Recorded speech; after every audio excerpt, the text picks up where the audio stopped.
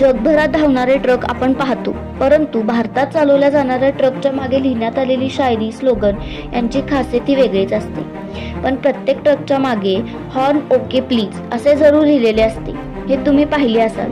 Horn okay please यावरून असे कळते की जर एखादी गाडी ओव्हरटेक करत असेल तर त्याने हॉर्न वाजवावा. परंतु ओके म्हणजे नेमके काय ते आपण पाहूयात.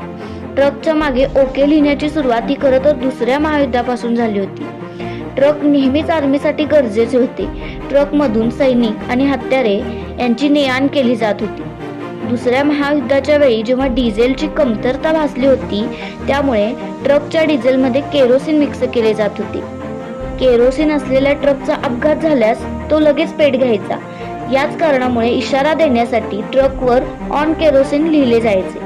हेच आता ओके मध्ये बदलले गेले आहे. त्याचमुळे आजही जवळजवळ सर्वच ट्रकवर हॉर्न